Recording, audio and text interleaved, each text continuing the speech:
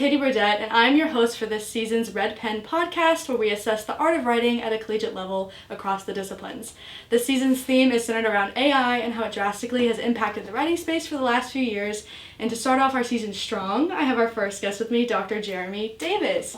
Did you want to introduce yourself a little? Sure. So I'm an assistant professor of philosophy here at the University of Georgia. I've worked on ethics of AI alongside a bunch of other issues in applied ethics. So the topic is very interesting to me. Okay, awesome. I actually have some of your stuff down here, because you won't brag on yourself, so I will. You have publications in things like American Philosophical Quarterly, Journal of Applied Ethics, Journal of Ethics and Social Philosophy, and you've done talks at University of Missouri as well as here and several other places. You've written on your website that you're particularly concerned with predictive algorithmic systems at use in criminal justice and military contexts. So since we're kind of going on an opposite side of that, do you want to first explain kind of what precisely you're interested in, I guess? Sure. So my interest kind of initially in philosophy, in ethics in particular, has been on ethics of harm, and I wrote a dissertation on the ethics of war. I'm interested in that question, the question of violence and kind of if it can ever be justified. That was something I was interested in my undergraduate days too, so it's sort of been a common theme in my work for a long time. As the ethics of AI, or as AI has been developing, it's been increasingly used in contexts like the military context or policing contexts, or even more broadly in criminal justice, to harm people or to, in theory, prevent harm, but often it has the result of causing new harms to people. And so some of the questions that I was already interested in have been, there's been a new version of them that's come up through the advent of AI. So that's sort of where my research has taken me, into new questions that, in some ways, it's old wine in new bottles, new wine in old bottles, whatever the expression is. It's kind of familiar frameworks and familiar ideas with new applications. And a lot of applied ethicists like myself are working on questions like that, where there's a new social problem, but in many ways it either challenges our existing paradigms or we can apply those to better understand the social phenomenon. For this podcast, as we've talked about, we're talking about AI specifically in the collegiate space, and also concerning writing across a lot of disciplines. So for kind of the first episode, I wanted to frame it as the first ethics conversation that we're going to have, and then kind of go with other things later. But for my first question I have, with the rise of AI in this collegiate space, how do you find that it impacts your classroom, if at all? Either talking or assignments and things like that? Yeah, I mean, it's a great question. There have been a couple of panels here at UGA over the past few months that I've been a part of that look specifically at the role of ChatGPT. So that's the one that most people are familiar with. These kind of large language models that are generative. They produce writing that can be used in theory by students in various ways. I think there's a challenge here, which is, so in philosophy in particular, and this is going to be true of a lot of the humanities, we're a very writing-heavy discipline already, and our writing is, in some ways, revolves around kind of producing new ideas. So I initially, when ChatGPT was rolled out, I didn't really think it was going to have that big of an impact in my class, because I thought most students, when they're writing a paper of the kind of prompts that I'm giving them, it's really not going to be that helpful. I haven't yet found a student who's used ChatGPT, but that doesn't mean that they have it, of course. That just means I haven't found it. But in general, ChatGPT writes in a very kind of particular sort of way, so I don't think it would be too difficult for faculty to find a fully ChatGPT written essay. What I think would be harder for us to see is in cases where students go to ChatGPT or similar services to come up with ideas that they then can turn into their paper. So for example, not to give anyone ideas here, but you could go to ChatGPT and say what's a good objection to the experience machine argument? And ChatGPT will roll out some ideas for you. And then you can go, okay, and then roll with that. So they're not so much doing the writing as they are doing idea generation. Okay. And that concerns me more, actually, because the writing stuff, I think most students actually enjoy the writing process to some degree. Maybe when deadlines are tight, less so. But in general, I think most people do enjoy that process. What they find it difficult is coming up with the ideas, particularly in my classes. So this is an area where I worry that students are not being, they don't have the right incentives, I guess, or structures to come up with the ideas themselves, and might turn to services like ChatGPT to do that. That worries me. That's a way that it has surely impacted my class, though again, I probably will never know that. And other things too. I mean, there's lots of other software that's AI stuff that's helped. I mean, predictive text generation, of course, in emails and other sorts of things have been really helpful. Grammarly, these things are helpful. I don't have a problem with those at all. I don't imagine many people do. It's more the kind of predictive, generative LLM stuff that I'm concerned about. Have you like researched or seen AI in like a college context maybe before? Like we kind of had this conversation because I know you talked a lot about like harm and then in other spaces like in the military and stuff like that. But some of the fears right now are like replacement or like theft, things like that. Have you like considered it? One way that I've thought about this is like actually the problem that ChatGPT and other programs like it, what they're doing is not a new phenomenon. So like students have been not writing their own papers for a very long time. Right. And one thing that's quite common is students will just buy essays. And I've had this happen before.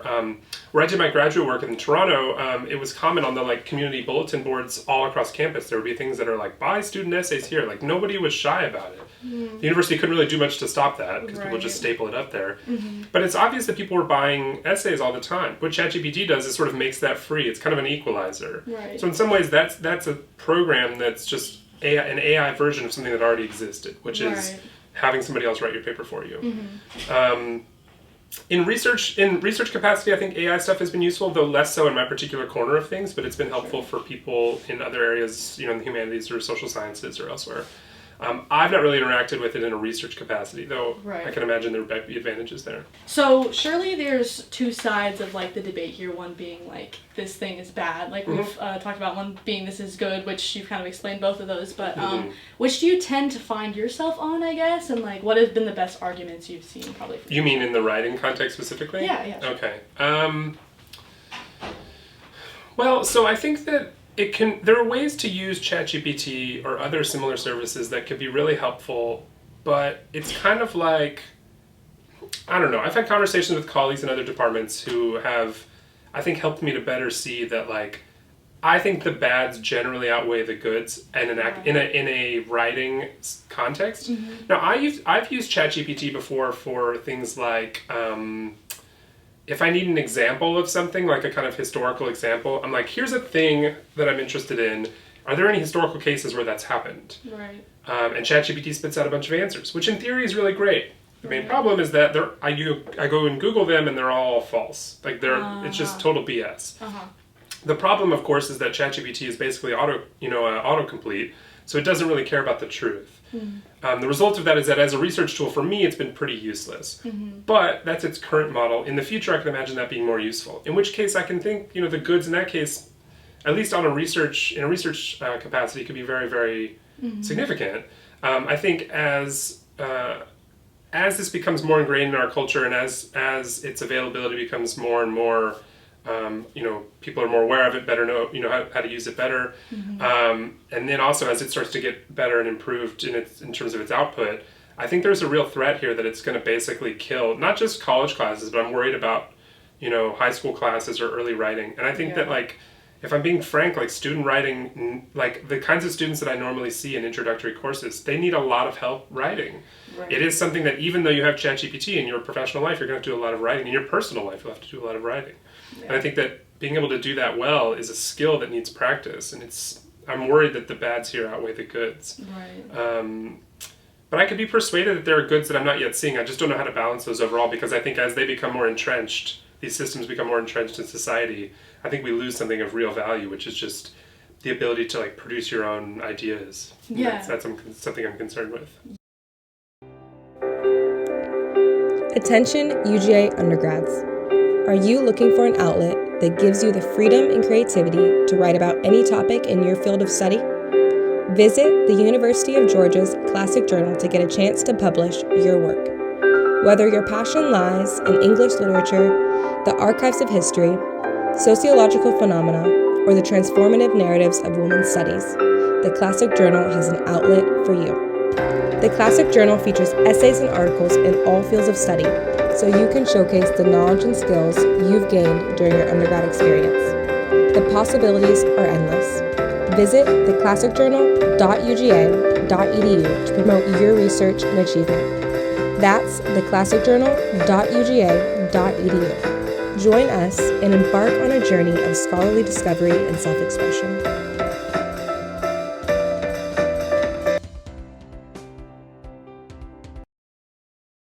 So I I have a question on here that's kind of like loaded, but it's like, is there a bad guy, I guess, in this case scenario? Or like, would it be the system? Would it be like a specific group of people, or however? Yeah. Yeah. I mean, I probably wouldn't characterize it quite that way, but I think I see the idea. I mean, one thing that is worth noting here is these programs, I think a lot of us treat these things as inevitable. So you often hear people say like, well, it's going to exist anyway, or it's going to happen anyway. And I think to some degree that's true, and so we need to prepare ourselves for them. But I also think a lot could be done, in student organizations, at the university level, in administration, in faculty cohorts and so on, to say like, we should ban these programs. We should send a signal that they shouldn't be used at all.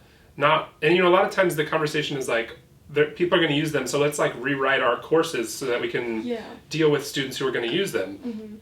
And it's kind of like, I'm not sure that's the best way forward. This isn't a bad guy, but no one's a bad guy in that context, but I think there is a kind of like, we're all a bit prepared to like let things happen. And I think to some degree that it might make sense for us to say, in this context, we should be saying no, rather than saying it's going to happen anyway. We might as well accept our robot overlords, right? There is this idea of like, we should maybe resist a little bit. And to give you a context, it's not at all on the same level, but this has been something that's going on in other areas of my research surrounding killer robots. So the idea of a lethal autonomous weapons system. So these would be various autonomous systems. Typically they look like robots, but often might be like drones or something that are capable of killing on their own. And people are very scared about these, as they should be. Right. And there's been a huge campaign to ban these at the level of international law, and there have been several different organized movements to ban these. Rather than just saying, well, every country on earth is going to have killer robots, there are people who are really concerned to say like, let's make it so that's not true. Right. And I think that that's obviously very different because that's life and death, and we're talking about writing. It's not the same, but I think the same kind of approach could be taken to some of these really potentially very destructive programs, to say, let's like have an organized effort across the university to like really dissuade or prevent people from using these, rather than to just say,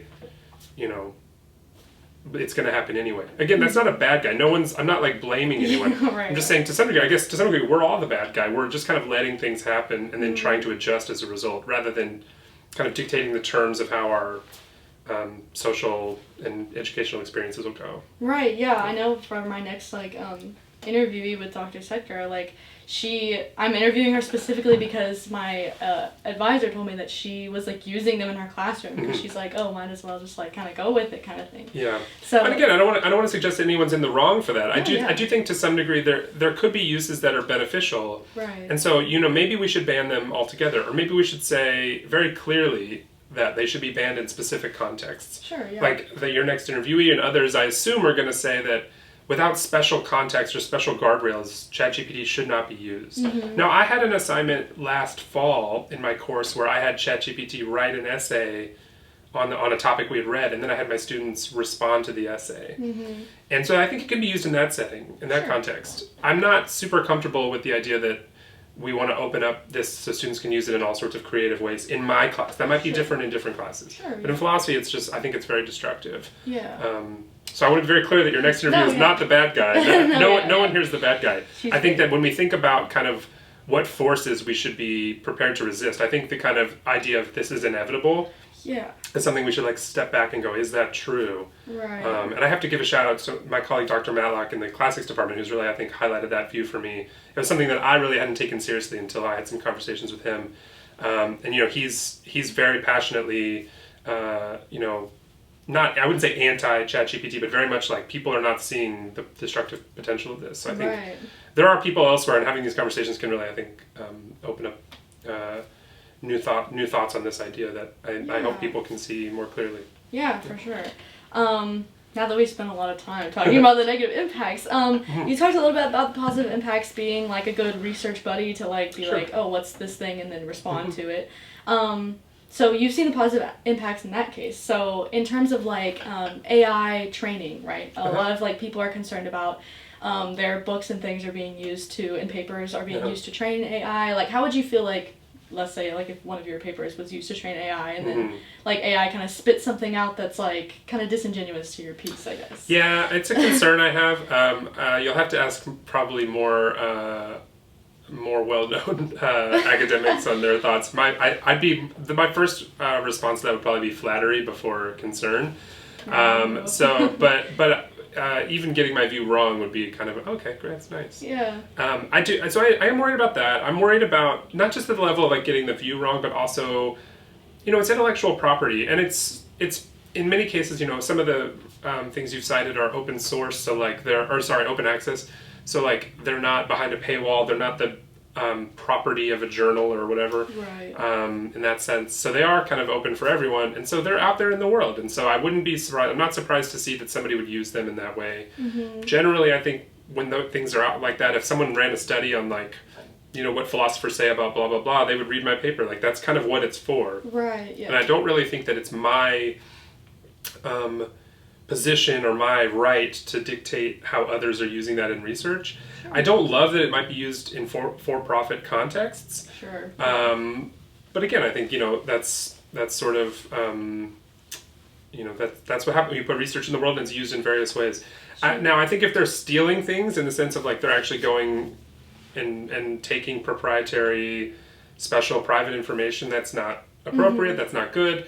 I think there have been some allegations, which I don't know the status of them. They might have been proven false. I'm not sure of these kinds of LLMs using information that was not meant to be shared. So like private, right. Email exchanges and stuff like that. Mm-hmm. If that happens, that's very concerning. But in terms of public scholarly work, I wouldn't say I'm not concerned about it. I'm just much less concerned about that than other cases. So, right. Yeah.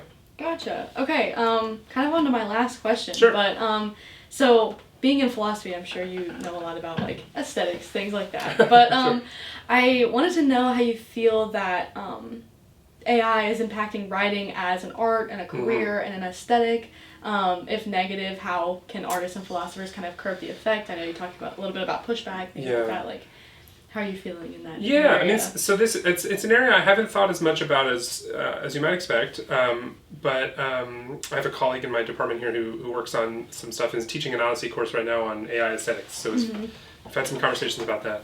And I think the potential for AI, just is with any technology, for creating new horizons or new ideas in artistic space is really good.